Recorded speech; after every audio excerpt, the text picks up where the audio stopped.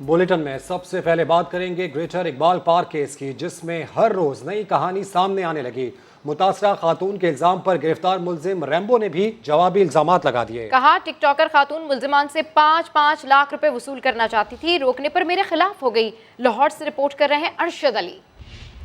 Greater Iqbal case हर रोज नया रुख इख्तियार करने लगा। अदालत में पेशी के मौका पर मुतासरा खातून के साथी रैम्बो ने नए इल्जामात लगा दिए। कहा कि वो मुलजमान को ब्लैकमेल करना चाहती है। रैम्बो ने टिकटॉकर खातून के साथ अपनी नाजेबा वीडियोस की मौजूदगी को तस्लीम तो किया, मगर कहा कि ये रजामंदी से बनाई गई। वो साल पुरानी थी और एक वीडियो थी हमारी, लेकिन वो मैंने पहले भी बोला कि लड़की के बिना, उसकी रजामंदी के बिना कुछ भी नहीं हो सकता। इसने बोला था कि मैं फी मुजरम जो पकड़े हैं उनसे 5-5 लाख रुपया लूंगी, और इसने बोला कि अगर जो मैंने ना बोला, तुमने वो ना किया तो मैं तुझे जेल की हवा खुआऊंगी। लाहौर पुलिस ने मुलजिम रैम्बो समेत 8 मुलजमान को जिस्मानी रिमांड के लिए अदालत में पेश किया। सरकारी वकील ने कहा कि ये हाई प्रोफाइल मामला है, मुलजमान से मुख्तलिफ वीडियोस और दीगर चीजें बरामद करनी है। जिस्मानी रिमांड दिया जाए, जिस पर अदालत ने 4 रोजा जिस्मानी रिमांड मंजूर कर लिया।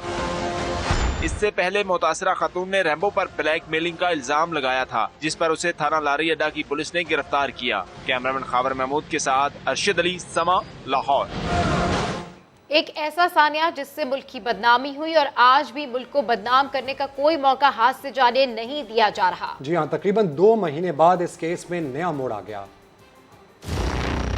पाकिस्तान की आजादी का दिन, मीनारे पाकिस्तान जैसा अजीम मकाम और भरे मजमे ने खातून के साथ बदसलूकी।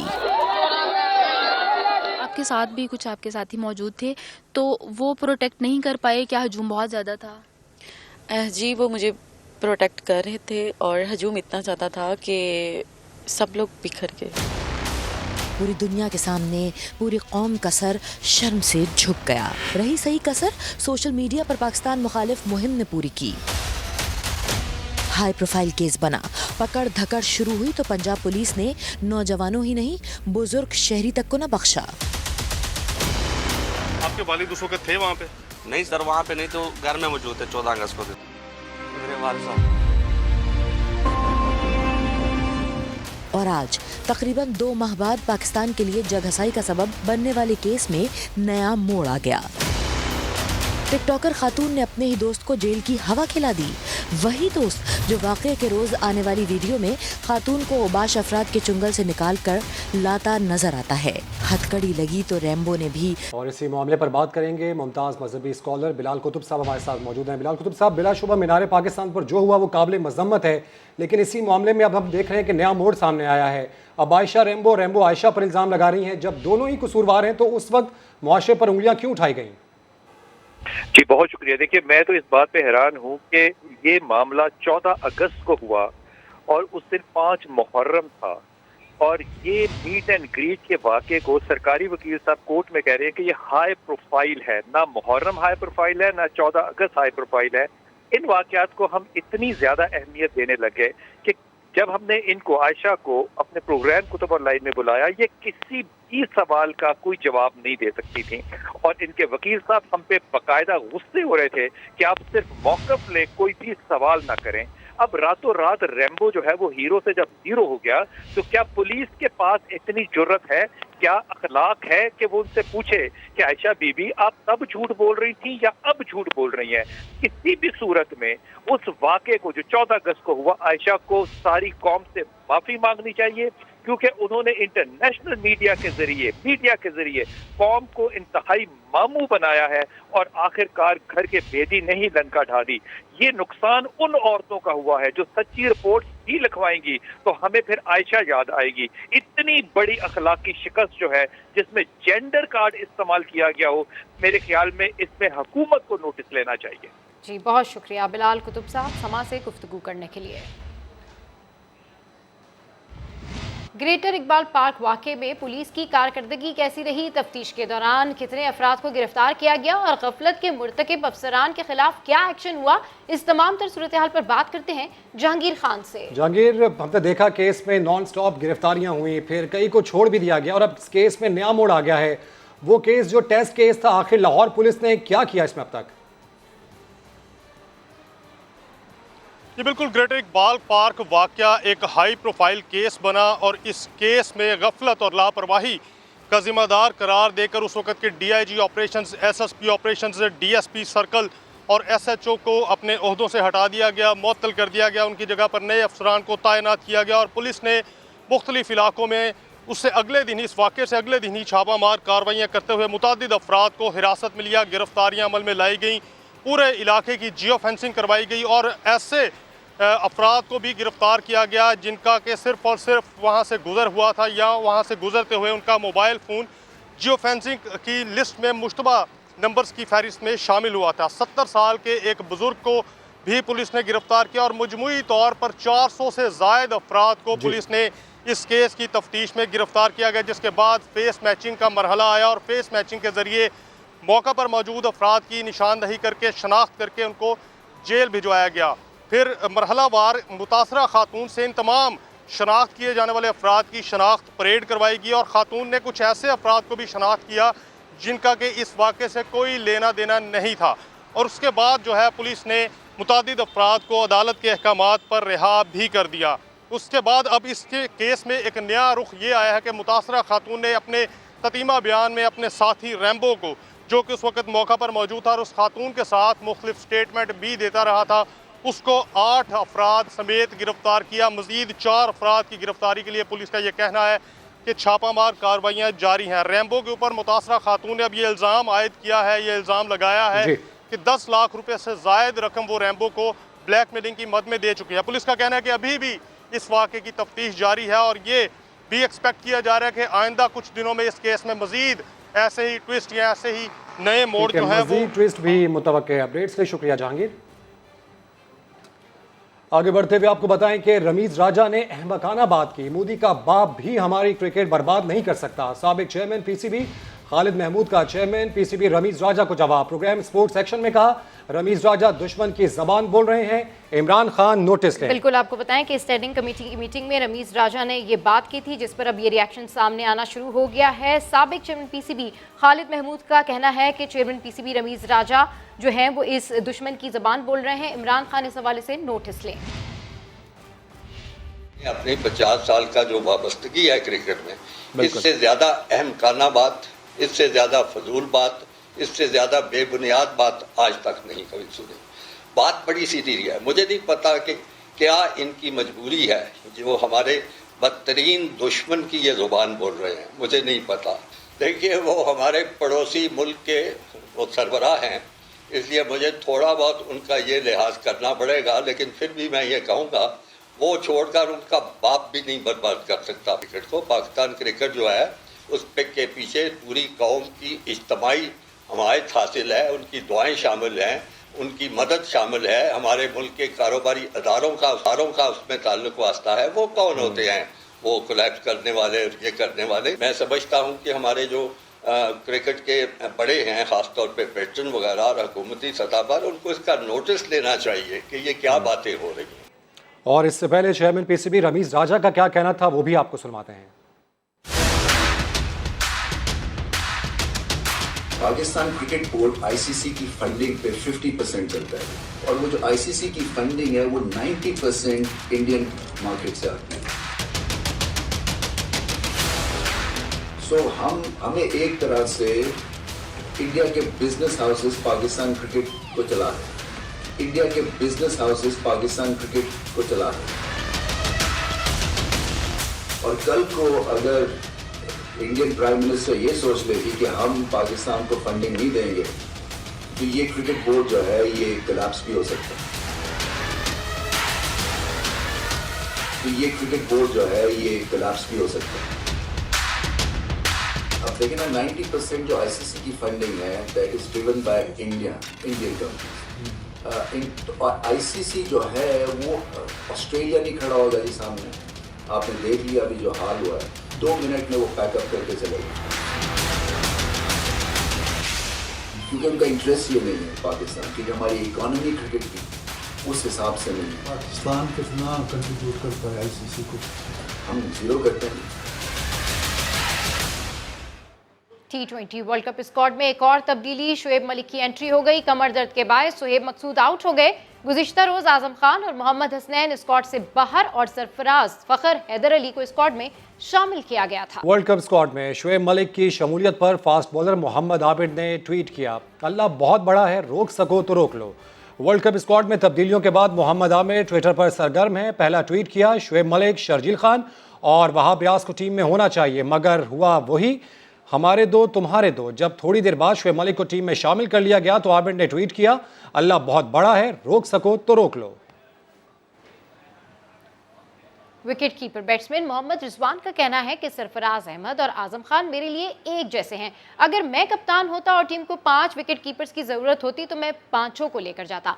वर्चुअल प्रेस कॉन्फ्रेंस में कहा, भारत के खिलाफ प्रेशर नहीं लेंगे। ओपनिंग से मुतालिक समा के सवाल पर बड़ा ऐलान कर दिया। कहा, अगर कुर्बानी देनी पड़े तो वो तैयार हैं। हुकूमत और महंगाई के खिलाफ मार्च हर सूरत होगा। हुकूमत का मुहासबा करना होगा। मुल्क को तरक्की की जानिब ले जाने का वाहिद रास्ता यही है। अपोजिशन लीडर शहबाज शरीफ ने मुल्क में फौरी इलेक्शन का मुतालबा कर दिया। कहते हैं आटे और चीनी की कीमतें आसमान से बातें कर रही हैं। पेट्रोल और गैस बम अवाम पर गिराए जा रहे हैं, मगर हुकूमत गफलत की नींद सो रही है। पीडीएम समेत तमाम सियासी जमातों का मुतालबा है मुल्क में फिलफौर शफाफ इंतखाबात करवाए जाएं। मुल्क के अंदर जो इस वक्त बदतरीन सूरत हाल है, महंगाई के हवाले से कमर तोड़ महंगाई, आए दिन बिजली गैस के जो बम गिराए जा रहे हैं, आटे और चीनी की जो कीमतें आसमान से बातें कर रही हैं, लाखों लोग इस वक्त बेरोजगार हैं और हुकूमत जो है मुकम्मल तौर पर गफलत की नींद सो रही है। इससे बढ़कर बदतरीन सूरत हाल देखती आंखें पहले कभी नहीं देखी। और पीडीएम और तमाम पॉलिटिकल पार्टीज, तमाम जो इस मुल्क के अंदर रहने वाले वासी हैं, उनका न सिर्फ ये मुतालबा है बल्कि उनका हक है कि इस मुल्क में बिल्कुल शफाफ इलेक्शन करवाए जाएं। महंगाई के खिलाफ हमें इस हुकूमत के खिलाफ मार्च हर सूरत करना होगा। मौलाना फजलुर रहमान ने भी इलेक्शंस को वक्त की ज़रूरत करार दे दिया। 16 अक्टूबर को फैसलाबाद और 31 अक्टूबर को डेरा गाजी खान में जलसों का ऐलान कर दिया। सरबरा पीडीएम का कहना है कि पीडीएम अपने अहदाफ के हुसूल के लिए संजीदा और मुतारिक है। हर शख्स इस हुकूमत से जान छुड़ाना चाहता है। यूनिटी ऑफ कमांड के हवाले से सारी कौम देख रही है।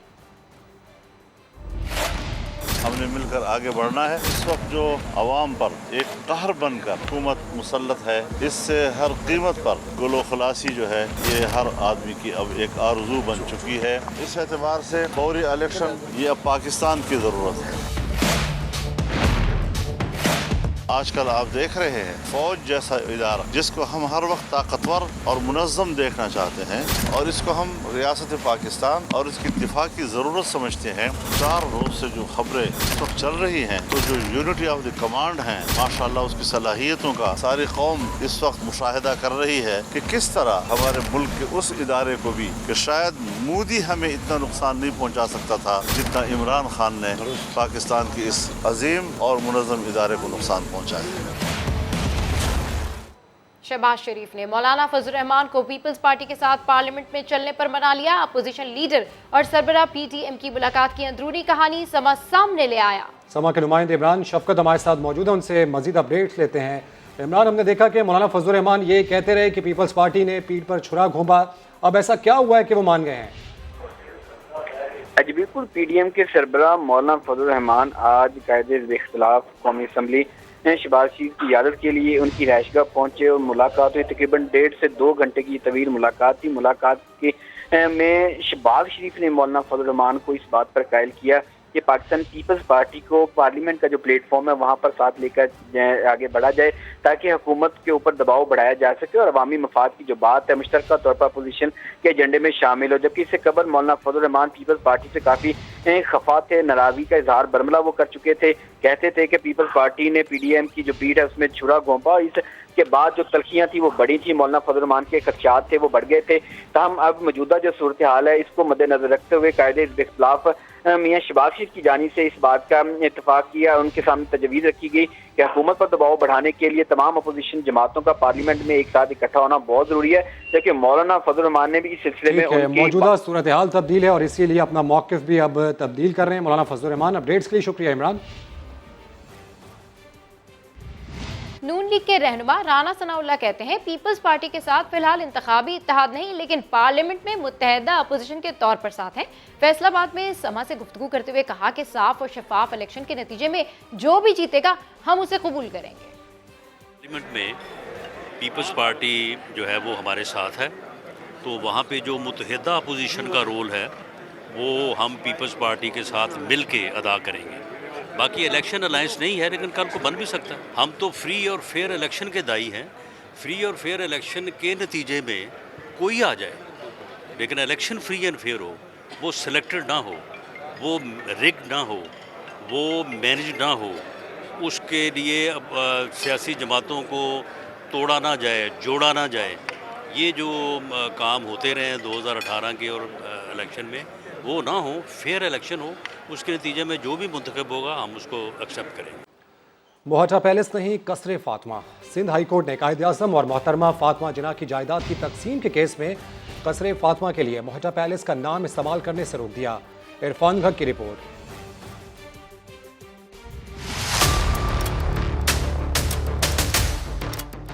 बाबाए कौम मोहम्मद अली जिन्ना और मादर मिल्लत फातिमा जिन्ना की जायदाद का वारिस कौन है? सिंध हाई कोर्ट में 5 अशरों से ज़ेरे इल्तवा मुकदमे की समाअत हुई तो दरख्वास्त गुजार के वकील ने बताया जिस आलिशान इमारत को आज दुनिया मोहटा पैलेस के नाम से जानती है इसका असल नाम कसरे फातिमा था और ये मोहतरमा फातिमा जिन्ना का मस्कन था। फातिमा जिन्ना की विरासत के दावेदार हुसैन वलजी के वकील ख्वाजा शम्स ने अदालत को बताया मादर मिल्लत की वसीयत के बरखिलाफ कसरे फातिमा को कमर्शियल सरगर्मियों के लिए इस्तेमाल किया जा रहा है। करोड़ों रुपए कमाने के बावजूद भी मेडिकल कॉलेज नहीं बनाया गया। इस तारीखी मुकदमे में अब मामला तारीख से आगे बढ़ गया है। ये जो इमारत, आलिशान इमारत मेरे पीछे आप देख रहे हैं, अब ये मोहट्टा पैलेस नहीं बल्कि कसरे फातिमा है। अदालत ने हुक्म दिया है कि आइंदा समाअत पर जो मोहतरमा फातिमा जिन्ना के दीगर असासे हैं और शेयर्स हैं, जो भी असासे हैं, उसकी तफसीलात भी नाजिर सिंध हाई कोर्ट अदालत में पेश करे। और ये ट्रस्ट को और सिंध हुकूमत को हिदायत की गई है कि इस तारीखी इमारत को मेडिकल गर्ल्स कॉलेज में तब्दील करने के लिए इक़दाम शुरू करें। सिंध हाई कोर्ट के नाजिर की जानिब से 2016 में पेश की गई रिपोर्ट के मुताबिक मोहतरमा फातिमा जिन्ना के तरके में 9 करोड़ रुपए के डिफेंस सेविंग सर्टिफिकेट्स, करोड़ों रुपए के स्टॉक के शेयर्स और दीगर चीजें शामिल हैं। सिंध हाई कोर्ट ने नाजिर को हिदायत की है आइंदा समाअत पर तरके से मुतल्लिक तफसीली रिपोर्ट भी पेश करें। इस तारीखी मुकदमे के फैसले से असल वर्सा का तयन भी हो सकेगा और असासों की तकसीम का अमल भी मुकम्मल हो जाएगा। कैमरामैन मोहम्मद कामरान के साथ इरफानुल हक, समा, कराची। मोहटा पैलेस को गर्ल्स मेडिकल कॉलेज में क्यों तब्दील नहीं किया गया? एडमिनिस्ट्रेटर कराची बैरिस्टर मुर्तजा वहाब ला इल्म निकले। ये विल थी, मुझे पता नहीं है इसका, तो इसलिए मैं इसके ऊपर कमेंट नहीं करना चाहूँगा। चेक करके मैं आपको बता दूंगा कि मादरे मिल्लत की ये ख्वाहिश थी, ये विल थी या नहीं थी, और अगर थी तो उसके बाद सिंध हुकूमत ने या वफाकी हुकूमत ने उस हवाले से किया। मुझे पता नहीं है इसका, तो इसलिए मैं इसके ऊपर कमेंट नहीं करना चाहूँगा। चेक करके मैं आपको बता दूंगा कि मादरे मिल्लत की ये ख्वाहिश थी, ये विल थी या नहीं थी, और अगर थी तो उसके बाद सिंध हुकूमत ने या वफाकी हुकूमत ने उस हवाले से क्या किया है। इसी मामले पर माहिर तामीरात यास्मीन लारी का कहना है कि फातिमा जिन्ना की ख्वाहिश थी कि उसे कॉलेज में तब्दील कर दिया जाए। जब कॉलेज में तब्दील किया जाए तो ज़रूर इसका नाम तब्दील कर दिया जाए, वरना मोहटा पैलेस ही नाम रहने दें। एक ऐसी डिज़ाइन है जो कि हिंदुओं ने बनाया, लेकिन इसमें सारी चीज़ें जो हैं वो मुगल दौर की उन्होंने इस्तेमाल की। जो भी उनकी ख्वाहिश थी मोहतरमा फातिमा जिन्ना साहबा की कि इसको कॉलेज में तब्दील कर दिया जाए, जब कॉलेज में तब्दील किया जाए तो ज़रूर इसका नाम बदल दिया जाए। लेकिन अभी तो वो कॉलेज नहीं बना है, तो मेरा ख्याल है जो हमारी पुरानी लेगेसीज हैं या पुराने जो लोग थे जिन्होंने कॉन्ट्रीब्यूट किया शहर की डेवलपमेंट के लिए, उनका नाम हमें ख़त्म नहीं करना चाहिए। तो लिहाजा मेरी नज़र में ये बड़ी शॉर्ट साइटेडनेस मुझे नज़र आती है कि हम नाम तो बदल देते हैं लेकिन जो स्पिरिट है जो चीज़ों की उसको हम फॉलो नहीं करते। तो ज़रूर नाम बदलें, लेकिन जब इसके जरिए कॉलेज में तब्दील हो जाए और लड़कियों के लिए, औरतों के लिए, तो फिर ज़रूर इसका नाम बदल दिया जाए। लेकिन जब तक नहीं होता तब तक मेरा ख्याल है मोहटा पैलेस का नाम मोहटा पैलेस ही रहना है। वज़ीर आला सिंध ने दावा किया है कि लाहौर में आटा कराची से भी महंगा है। पूरे मुल्क में महंगाई का तूफान बरपा है, लेकिन सारा इल्ज़ाम सिंध हुकूमत पर डाला जाता है। अगर हमारी हुकूमत इतनी ही ताकतवर है तो फिर हमें ही मुल्क पर हुक्मरानी करने दी जाए। आज मैंने पता किया था, मैंने फूड मिनिस्टर से भी कहा था, और लाहौर में आटा कराची से महंगा है। तो ये जो है इंफॉर्मेशन मेरी है, लेकिन ये सारी जो चले सिंध में तो है ना कि हमने बड़ी गड़बड़ कर दी अकॉर्डिंग टू देम। पूरे मुल्क में जो तूफ़ान बरपा है महंगाई का, अगर सिंध हुकूमत इतनी पावरफुल है कि इतनी फेडरल गवर्नमेंट 3 और सूबाई हुकूमतों को सबको मिला के ज़ेर कर चुकी, भाई छोड़ो जगह, हमें दो ताकि हम इसको सही करें। और वज़ीर आला सिंध मुराद अली शाह का ये दावा कितना दुरुस्त है, जान लेते हैं। लाहौर से हमारे नुमाइंदे मोहम्मद लुकमान हमारे साथ मौजूद हैं। लुकमान, तो बताइएगा लाहौर में आटा क्या रेट मिल रहा है? जी, लाहौर में इसको आटे का जो थैला है 1100 रुपए का 20 किलो का, अगर उसको थैले की राशि देखा जाए तो 55 रुपए में मिल जाता है।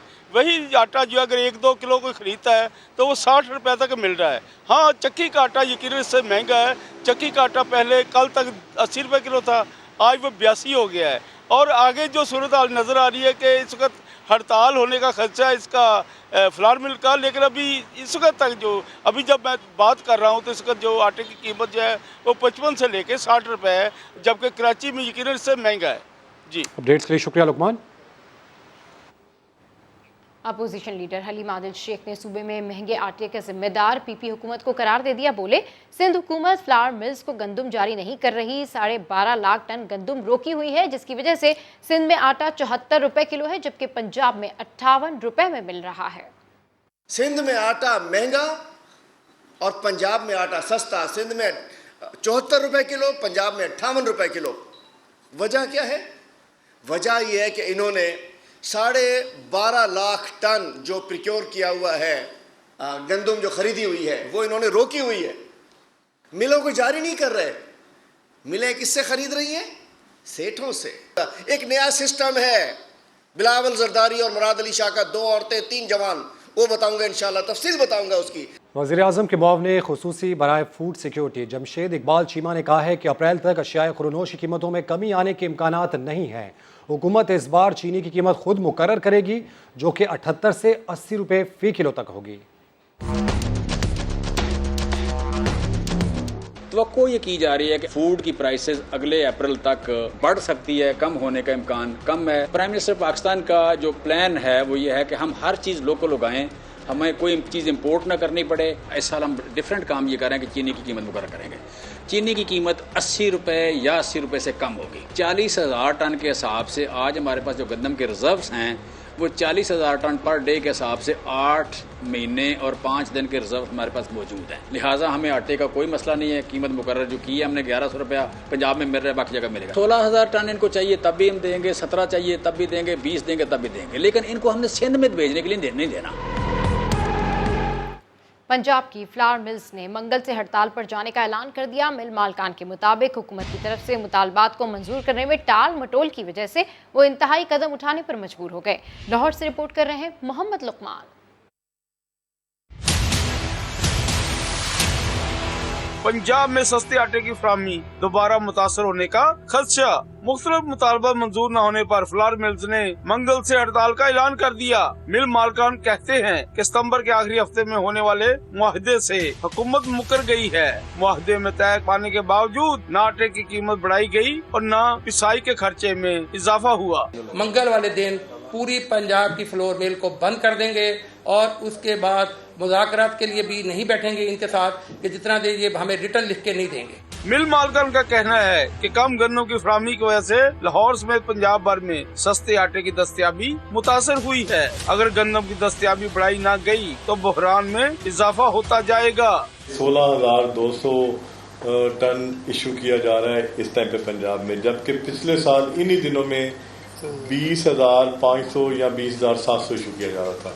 अगर यही 4-4,500 टन बढ़ जाए तो ये मार्केट ऑटोमेटिकली अपने नॉर्मल की तरफ चली जाएगी। पाकिस्तान में इस साल 2 करोड़ 70 लाख टन गंदम पैदा हुई थी, जबकि 20 लाख टन गंदम दरामद की जा रही है। माहिरीन के मुताबिक गंदम सप्लाई के निजाम में बेहतरी आ जाए तो किसी किस्म की किल्लत नहीं हो सकती। कैमरामैन गलीन हसन के साथ मोहम्मद लुकमान, समा, लाहौर। वज़ीर ख़जाना शौकत तरीन को सेनेट के लिए पंजाब से टिकट क्यों नहीं मिल सका? समा अंदरूनी कहानी सामने ले आया। पंजाब असम्बली में खुफिया वोटिंग पर तहरीक इंसाफ को खदशा है कि अरकान पार्टी पॉलिसी से इनहराफ कर सकते हैं। मोहसिन बिलाल की रिपोर्ट। शौकत तरीन को पंजाब से सेनेट का टिकट ना मिलने की अंदरूनी कहानी सामने आ गई। क़यादत को पंजाब असेंबली में मामूली अददी अक्सरियत अकलियत में तब्दील होने का खदशा है। जराए का कहना है कि पार्टी में धड़ेबंदी, काफिले की सियासत और हमजा शहबाज के दौरे जनूबी पंजाब से तहरीक इंसाफ खौफजदा है। इस सूरत हाल में पंजाब से शौकत तरीन को सेनेटर मुंतखब कराना मुश्किल तस्वर किया जा रहा है। पंजाब के 371 के ईवान में एक नशिस्त पर जीत के लिए 186 वोट दरकार हैं। ईवान में तहरीक इंसाफ के अरकान की तादाद 183 है। जराए ने बताया कि क़यादत को मशवरा दिया गया है कि शौकत तरीन को केपी के असेंबली से मुंतखब कराया जाए। केपी में 145 के ईवान में तहरीक इंसाफ के 94 अरकान हैं। इलेक्शन कवानीन के मुताबिक वजीर आजम सिर्फ 6 माह के लिए किसी शख्सियत को वफाकी वजीर के ओहदे पर रख सकते हैं। शौकत तरीन की मुद्दत 16 अक्टूबर को पूरी हो रही है और इससे पहले उनको मुंतखब कराना नामुमकिन दिखाई दे रहा है। मोहसिन बिलाल, समा, लाहौर। डेंगू के कातिल डंक बढ़ने लगे। जहरीला मच्छर मुल्क भर में अब तक 5000 से जायद को अस्पताल पहुंचा चुका है। हैदराबाद में 62 साल खातून इंतकाल कर गईं। जिला इंतजामिया की नाअहली और शहरियों की बेएहतियाती, डेंगू को पर फैलाने का मौका मिला तो जहरीला मच्छर शहर शहर खून चूसने लगा। सिंध में खतरे की घंटियां बजने लगी। हैदराबाद के इलाके लतीफाबाद में 62 साल खातून डेंगू के वार सह न सकी और जान से हाथ धो बैठी। सिंध भर में मजीद 42 केसेस सामने आए। अक्टूबर के सिर्फ 8 दिनों में 333 केसेस सामने आ चुके हैं, जिनमें कराची के 162 मरीज शामिल हैं। खतरनाक मच्छर सितंबर से ज्यादा अक्टूबर में सितम ढा रहा है। खैबर पख्तूनख्वा में सूरत हाल पंजाब से भी ज्यादा तशवीशनाक होने लगी, जहां मजीद एक रोज में 304 नए केसेस रिपोर्ट होने के बाद मरीजों की तादाद 2500 के करीब पहुंच गई। 666 केसेस के साथ पिशावर पहले, जबकि 134 मरीजों के साथ हरीपुर दूसरे नंबर पर है। लाहौर में रोजाना औसतन 150 अफराद डेंगू से मुतासिर हो रहे हैं। एक्सपो सेंटर में डेंगू वार्ड्स अब तक फाल नहीं किए गए। इस्लामाबाद भी डेंगू की जद में है, जहां शहरी इलाकों में मजीद 25 जबकि देही इलाकों में 73 नए मरीज रिपोर्ट हुए। मजमूई तादाद 1000 से बढ़ गई। 42 नए केसेस के साथ रावलपिंडी के अस्पताल भी मरीजों से भरने लगे। इसके बावजूद इंतजामिया की जानिब से शहर में कहीं स्प्रे नहीं किया जा रहा। गुज़िश्ता 24 घंटे के दौरान जुड़वा शहरों में डेंगू के मजीद 140 केसेस सामने आ गए। जिला इंतजामिया ने SOPs की खिलाफ वर्जी करने वालों के खिलाफ डंडा उठा लिया। मुतादिद दुकानें और कबाड़खाने सील कर दिए गए। रिपोर्ट कर रहे हैं उमर आसिफ। जुड़वा शहरों में डेंगू ने पंजे गाड़ दिए। गुज़िश्ता 24 घंटों में इस्लामाबाद में 98 और रावलपिंडी में 42 केस रिपोर्ट। कातिल मच्छर के वार बेकाबू हुए तो इंतजामिया ने डंडा उठा लिया। SOPs की खिलाफ वर्जी पर रावलपिंडी में 174 मुकदमा दर्ज, 243 दुकानें और कबाड़खाने सील, 20 लाख रुपए के जुर्माने भी आयद, 3290 अफराद को वार्निंग नोटिस जारी किए गए। अभी तक जो है हमारा फोकस आउटडोर के ऊपर रहा है, कमर्शियल जो है ना बिल्डिंग्स के ऊपर रहा है, लेकिन हम अब हमारे साथ लोग तावन नहीं करेंगे लार्वा को रिमूव करने में, तो उनके ऊपर रेजिडेंशियल हाउसेज में भी हुकूमत की हिदायत के मुताबिक जो एक्शन है वो लिया जाएगा। इस्लामाबाद में सर्विस स्टेशन, टायर शॉप्स और कबाड़ खानों की चेकिंग की गई। दफा 144 की खिलाफ वर्जी पर 7 दुकानें सील, 7 अफराद को हिरासत में लिया गया। 2 मुकदमा दर्ज करके 23,000 रुपए जुर्माने आयद। रावलपिंडी में ज्यादा मुतासिर इलाकों में स्प्रे भी कर दिया गया।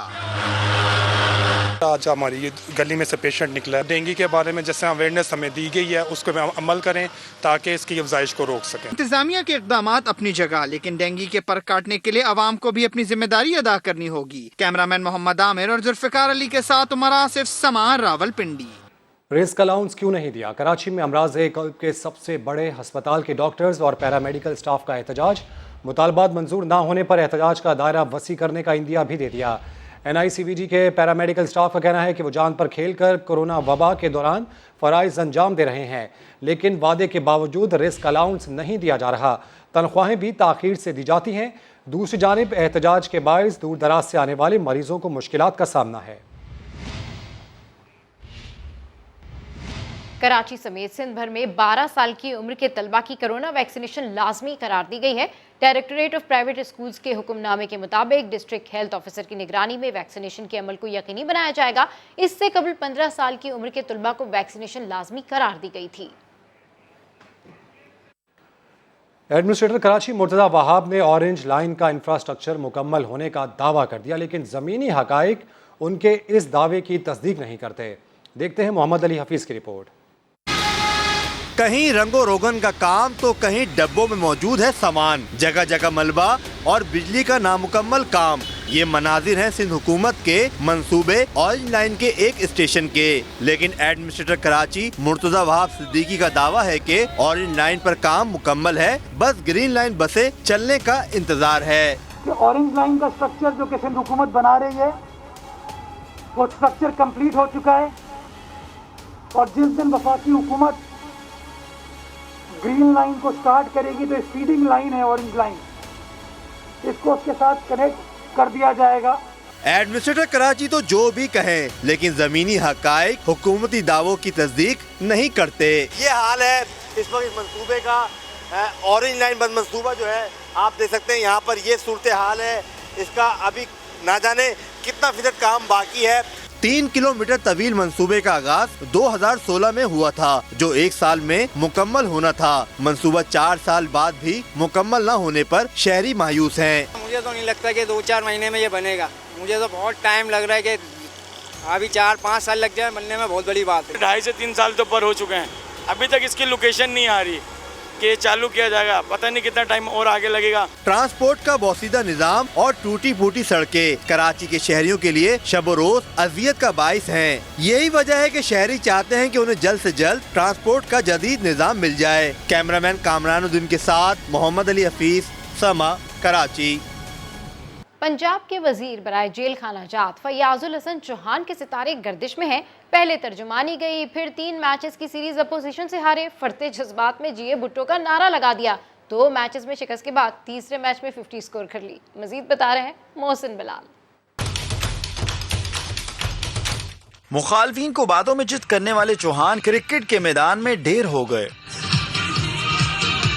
हुकूमत और अपोजिशन अरकान के दरमियान 3 मैचों की सीरीज में शिकस्त पर फयाज चौहान अपने आप पर काबू न रख पाए। पीपल्स पार्टी को मुबारकबाद दी, साथ ही गवर्नर हाउस में जिए भुट्टो का नारा भी लगा दिया।